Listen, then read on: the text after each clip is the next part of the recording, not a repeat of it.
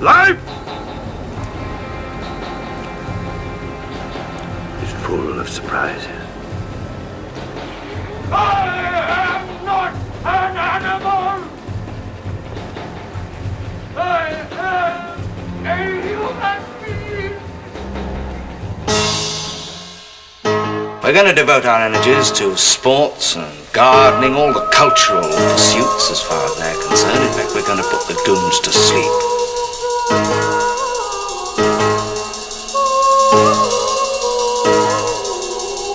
Meanwhile, we dig.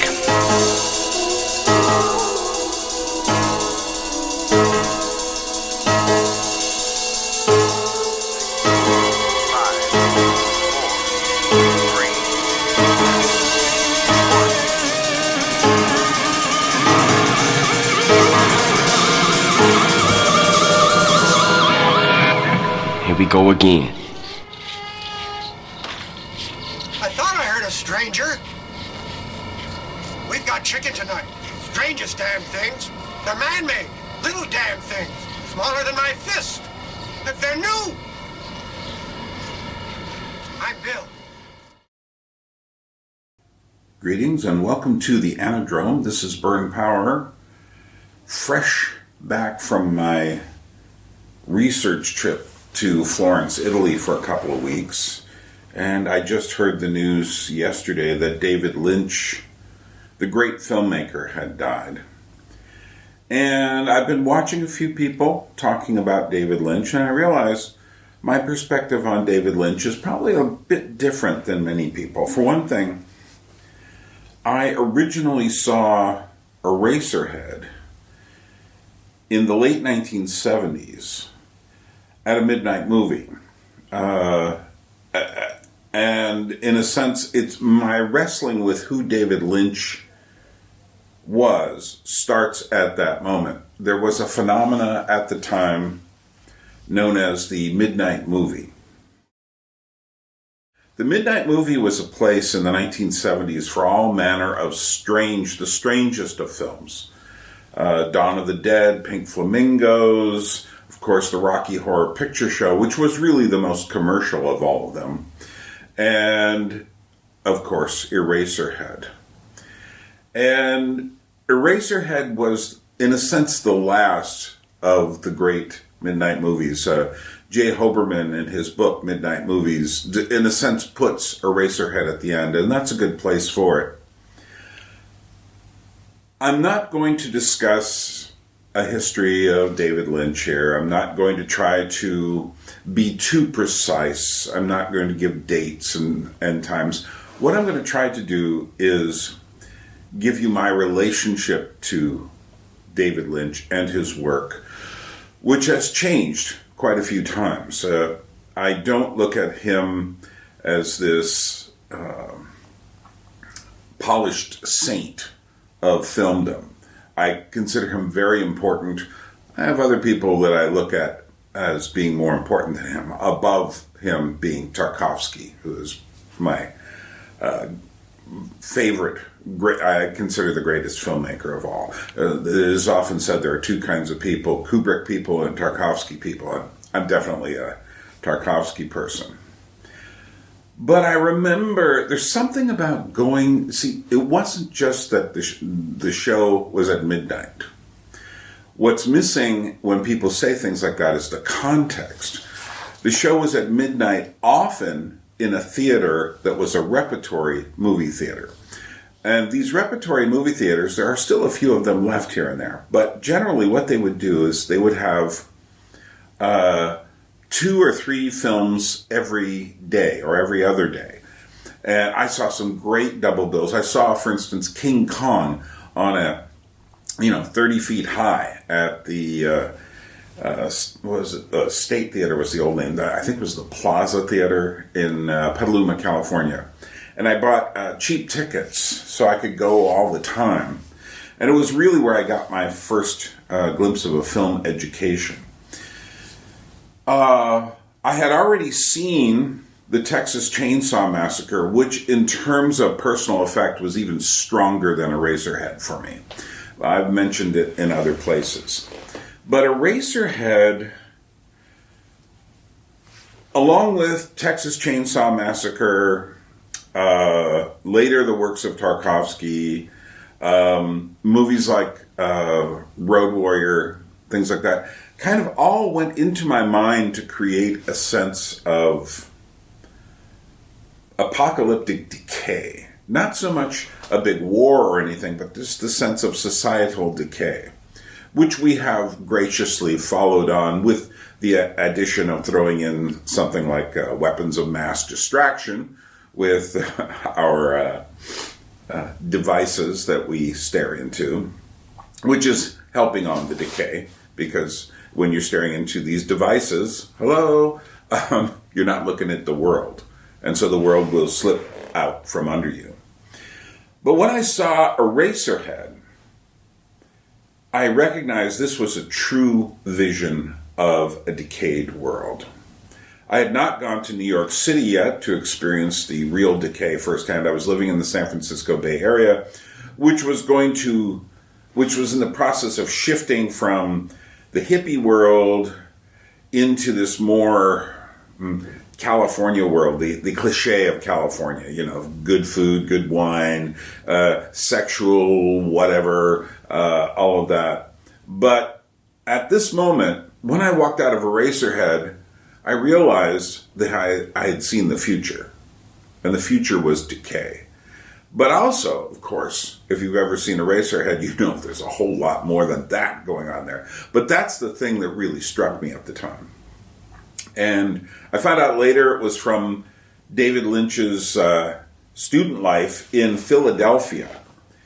And Philadelphia was an extraordinarily dark place, a lot like the Lower East Side was in New York City, as I would come to find out when I moved to New York near the end of 1980.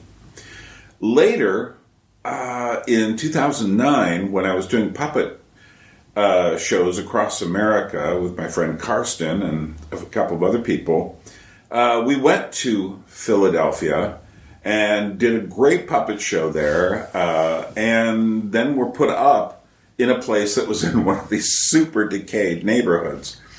And so it gave me a little bit more of a sense of just how bleak this vision of America was.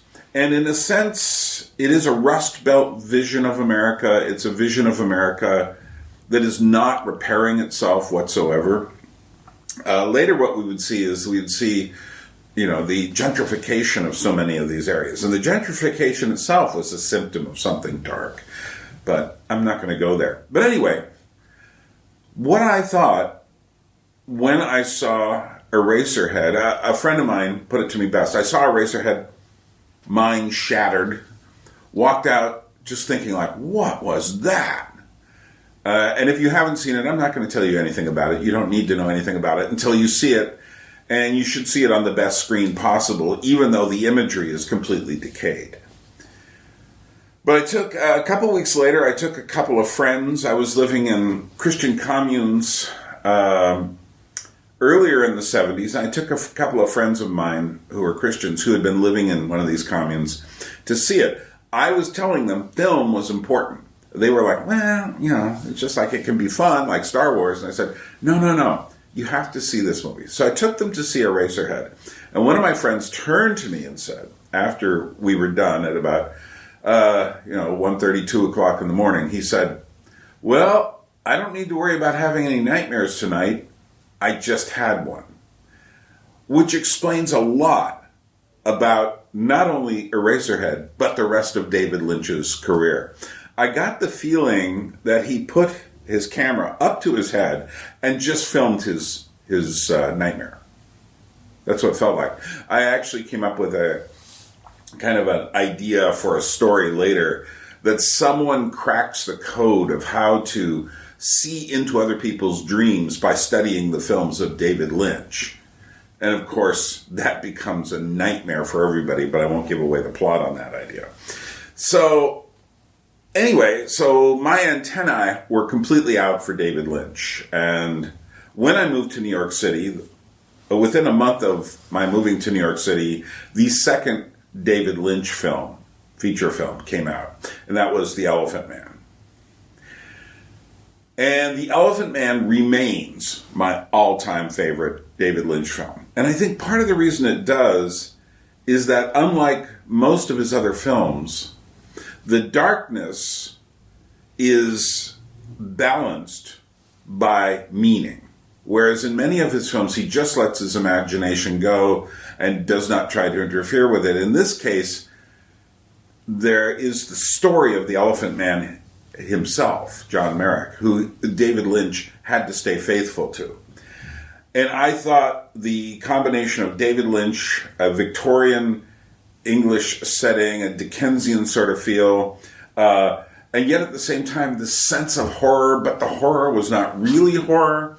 It was actually beauty. Perfectly fit David Lynch. And I love that film. It was, for many years, my favorite film of all time. And I saw it in the movie theaters at least 8 times. And I then bought a videotape of it. I then bought a DVD of it. And since I've been here in Georgia, I have a Blu-ray of it, waiting to be watched because it's a special moment to watch it, and I think I will do that fairly soon. It has since been demoted on the list a little bit by a few other films I've seen since then, particularly a couple of Tarkovsky films and Eyes Without a Face and some others, although it's still way up there. It's in my top 5 of all times. After The Elephant Man, we heard about Dune coming up, and I was really, to use the jargon, hyped to see this film. Unfortunately, as most of us know, it didn't quite live up to the hype. I didn't hate the film. I didn't laugh at the film, as many people did later. But I just felt like he's been defeated by this thing.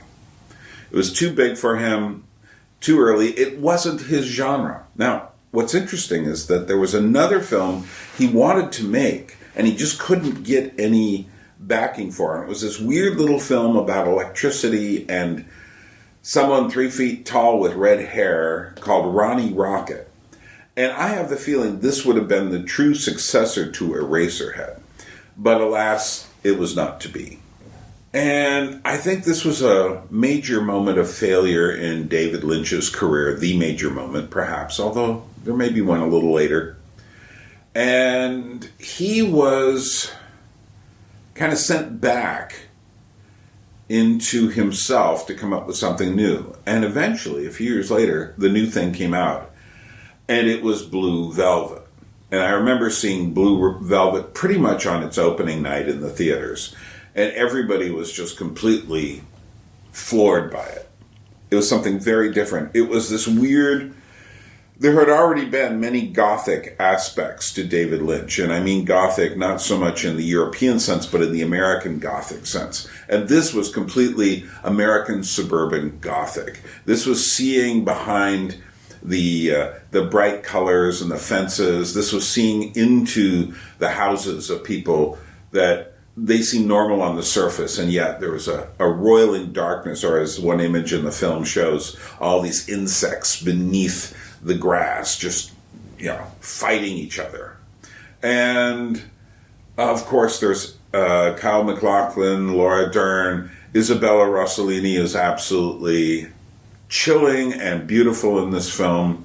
And then there is Dennis Hopper, of whom this is like one legendary performance, a performance not noted by anyone in the Academy.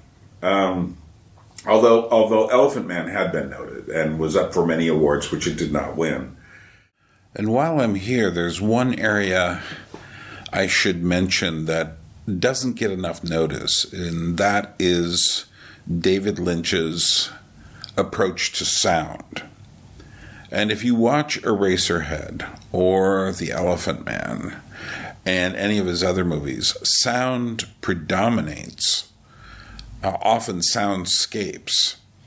If you go back to the 1970s and watch almost any film from the time, any great film, almost any film, there will be lots of silence in the film, which is kind of disturbing to us today because, thanks to the effect of David Lynch and his genius sound editor and designer, Alan Splett, who sadly passed away in 1994 and didn't accompany David Lynch on the second half of his career.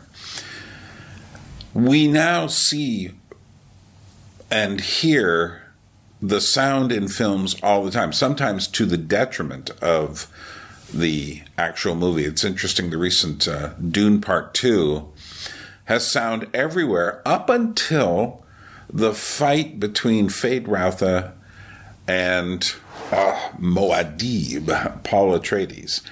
And suddenly it's quiet, the way films used to be. And yet that grabs our attention precisely because we don't do that anymore.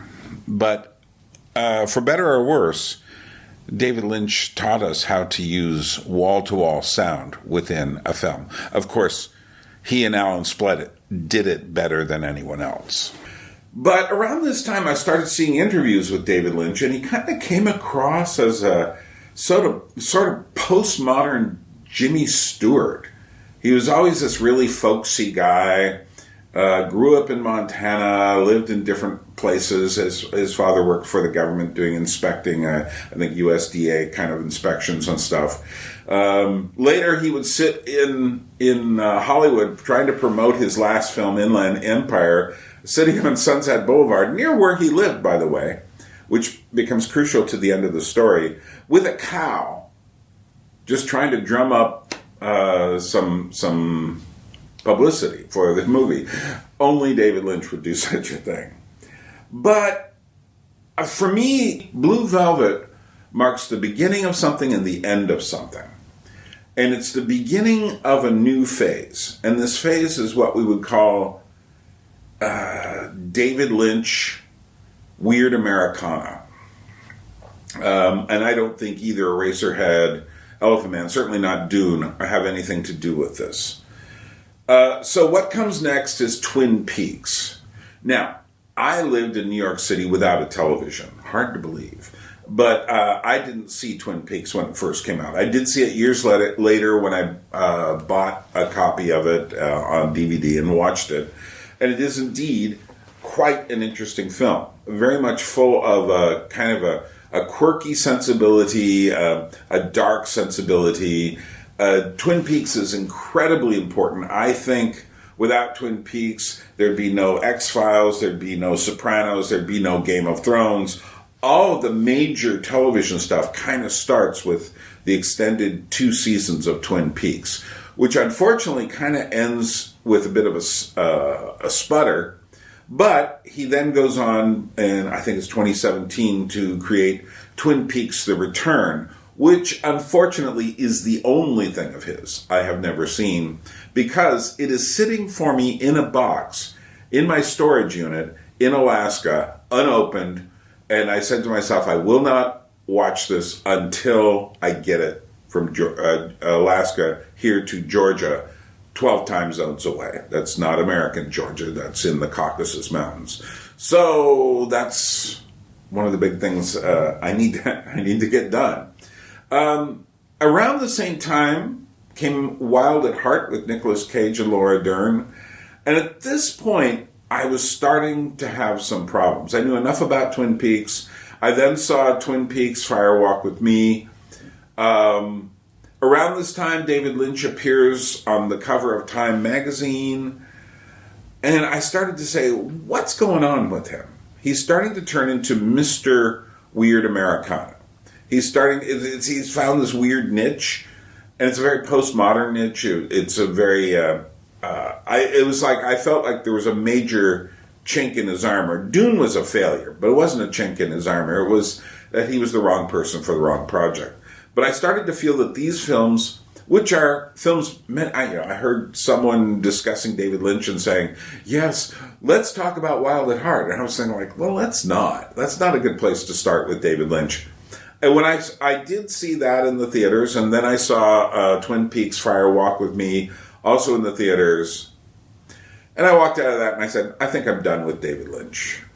Later, when I watched the whole Twin Peaks series, and then watched Fire Walk with Me as well, I developed a new appreciation for it. And there are some things in there that he had never done anywhere else that I felt was quite interesting. But at the time, it just didn't mesh with me. I didn't even see Lost Highway when it came out, because by that time I was living in Alaska. And nor did I see it on a video until I got the lime green box years later. But then I did see a video of the Straight Story, which I thought was very interesting. If you go back to Blue Velvet, there is this innocence which is destroyed in the course of Blue Velvet. The Kyle MacLachlan, Laura Dern characters represent these innocent Americans, and their whole world is turned inside out by the end. But what the Straight Story is just the innocent part of America, or the true part. And I think this says something very deep about David Lynch's view of things. Because although I do say David Lynch is both surrealist and postmodern, he is not ironic in the same sense that many postmoderns are. Certainly not in the way that postmodern advertising is. He makes allusions to many things. The Wizard of Oz, old movies, all of these other things. He's definitely postmodern and definitely surrealistic. But he is not at all cynical, which is one of the really interesting things about him, and I think that's something that people connect to. And yet at the same time, within him, like all those insects roiling around on the surface, there's evidently a lot going on under the surface in David Lynch. Which brings us to what many people consider to be his greatest film. And it is, I would say, second, or maybe third on the list. It's either going to be Elephant Man, Eraserhead, or The Straight Story. Elephant Man is still on top for me. Not The Straight Story. Blue Velvet. But Mulholland Drive, I would say, could be his second greatest film. Many people think it's his first. And I, again, didn't have a chance. In fact, I never had a chance to see David Lynch films in a theater after that, because he stopped making films. He's got one more film in him after Mulholland Drive. And Mulholland Drive is an amazing film. And you watch the first part of it, and you think you know where it's going.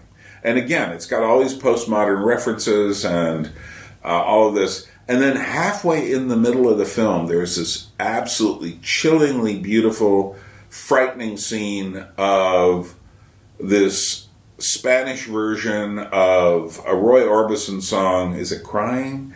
And you see the two girls sitting in the audience just chilling, and then the story flips around, and now you're asking, whose story have I been watching? Whose dream have I been watching? And again, David Lynch is nothing if not a dream seer. Very interesting person. But that fortunately did get him back into the right kind of attention. Everyone said, this is David Lynch in his full prime. And then he makes Inland Empire, which is like a 2.5-hour experimental film, a couple years later, and that's pretty much the end. That's the end of David Lynch. I mean, not really. I watched, when I got the lime green box, I had a chance to watch all of his short films again. I'd seen some of them in really crappy video versions. And I had, but then I saw also in that lime green box, they had a lot of the short weird things he was doing afterwards, the Rabbit Room and all this stuff. And I thought, like, okay, he's gone back to that now. That's quite interesting. And of course, his last major work is Twin Peaks: The Return, which I can't comment on because I'm waiting.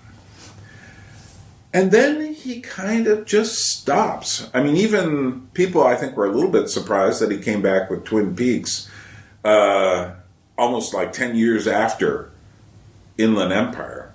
He was doing all these weird things. He'd do podcasts and videos and show up as an actor. He showed up in a great performance as John Ford in Steven Spielberg's The Fabelmans.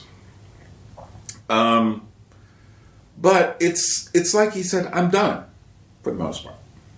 And returns to small stuff.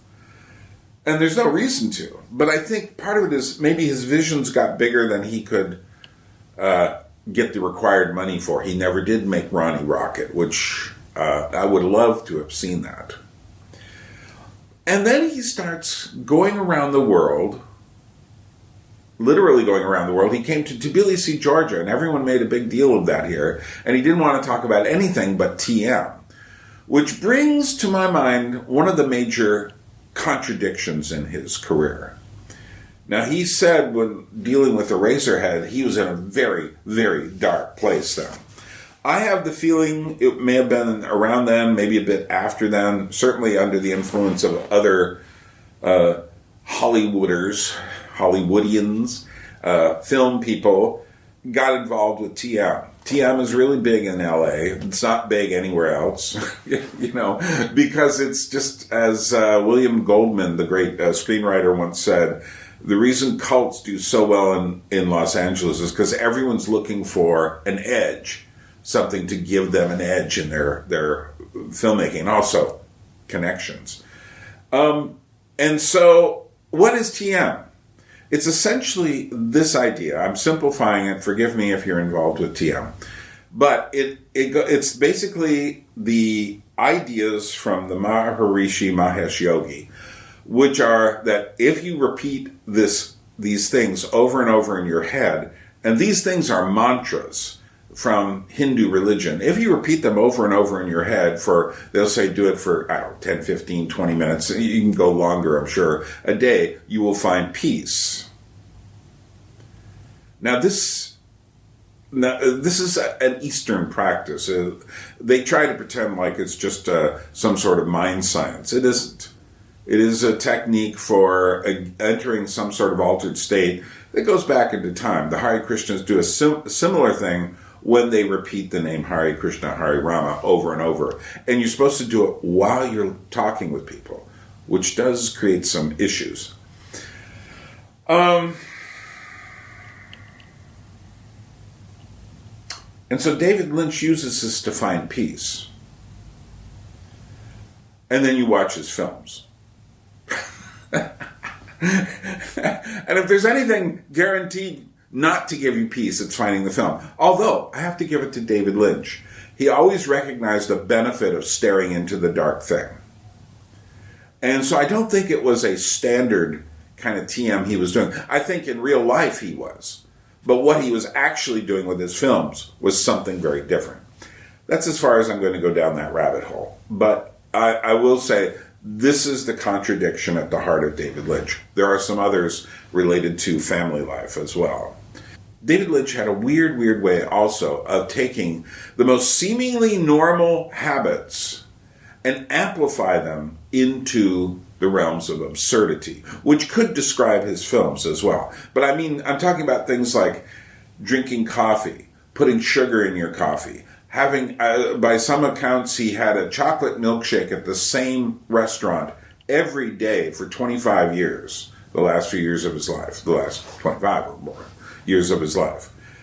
And I remember the first interviews with him was him pouring endless amounts of sugar into his coffee.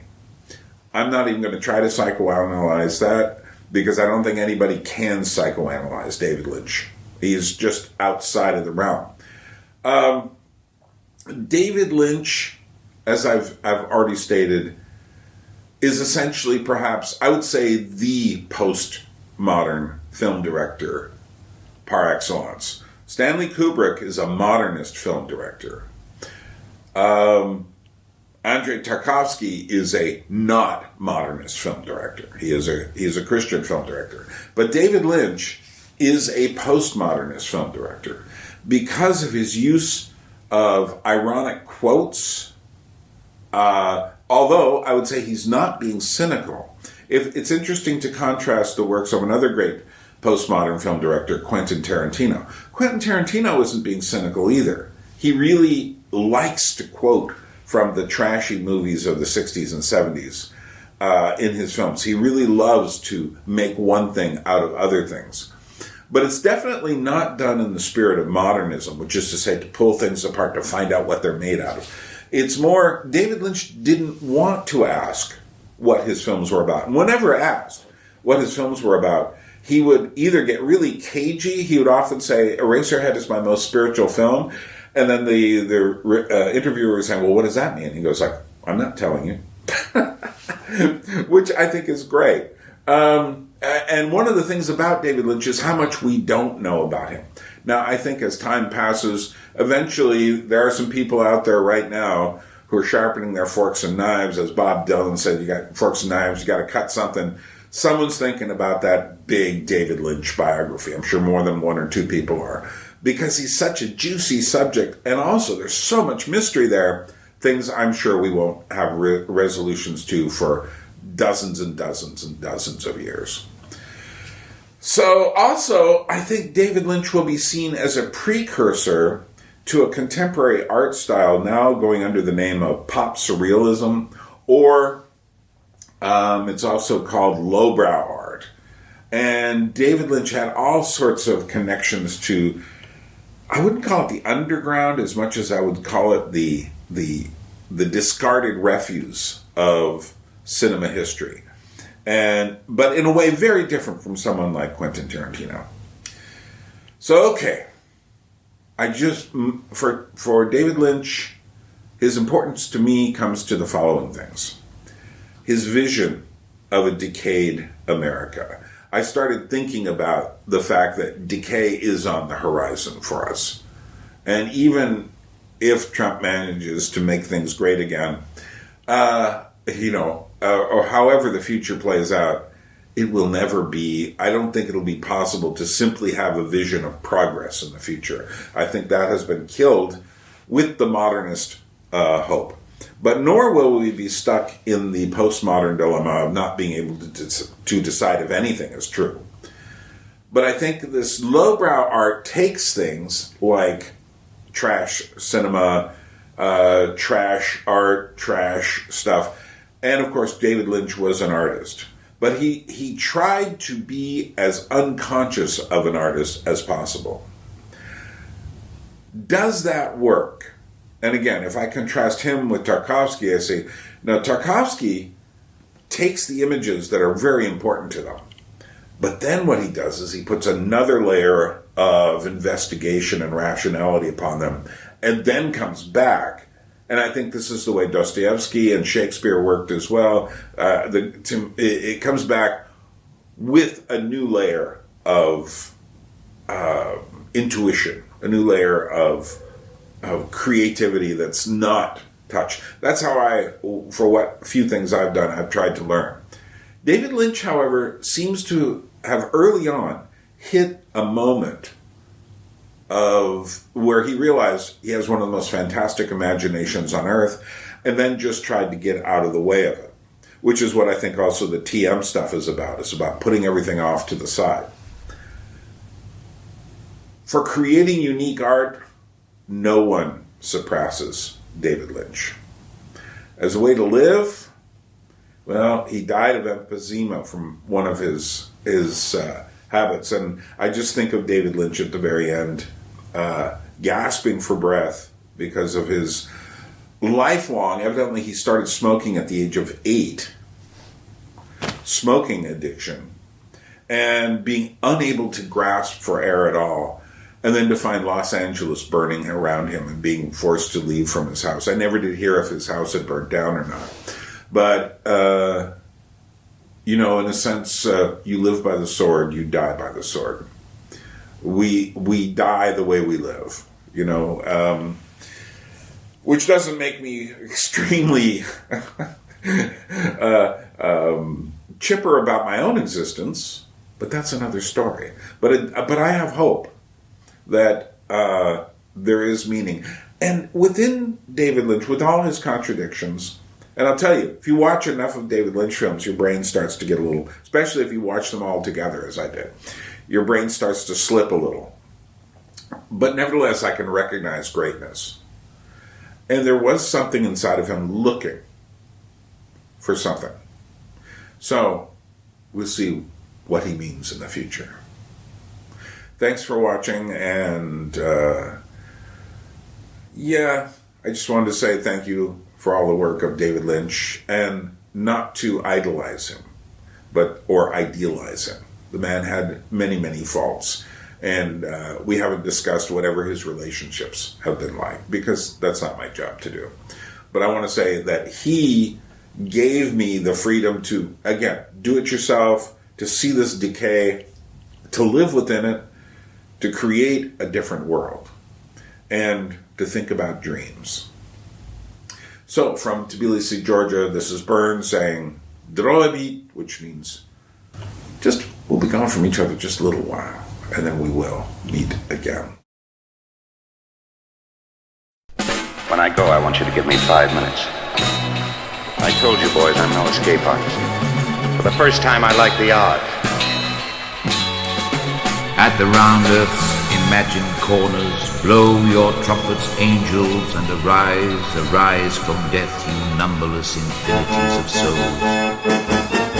It's here, rescued from Alaska. This year, my first ever book, 3 Motions. Motions is an old English word for puppet shows. Indeed, there are 3 puppet plays here written by myself for my Alaskan puppetry classes, including my versions of the medieval classic Everyman, cleverly entitled Every Puppet, and even better, my retelling of the Faust legend, updated for the 21st century, also very cleverly, with a special introductory essay on the meaning of puppetry.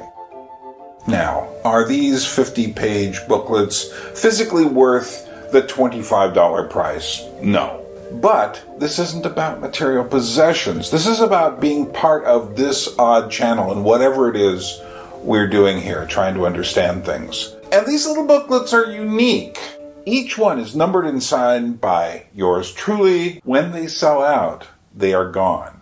I will never reprint them. Special deals if you want multiple copies for a production of your own. Just let me know you're doing it. That's $25 for the USA, Canada, Mexico, most of Europe. There may be some corners, like, I don't know, Russia, etc., and might require some extra money, as would Asia, Latin America, and Africa, or Tonga, or Australia probably.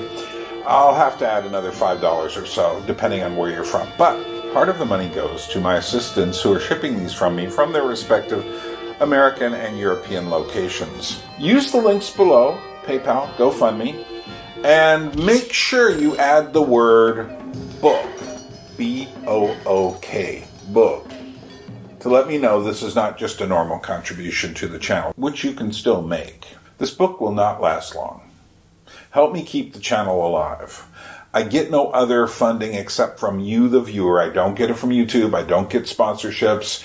It's up to you. If you appreciate what I do on this channel, get a book. It's a great way to remember what this channel was about, and it'll be something unique because they're all signed and numbered.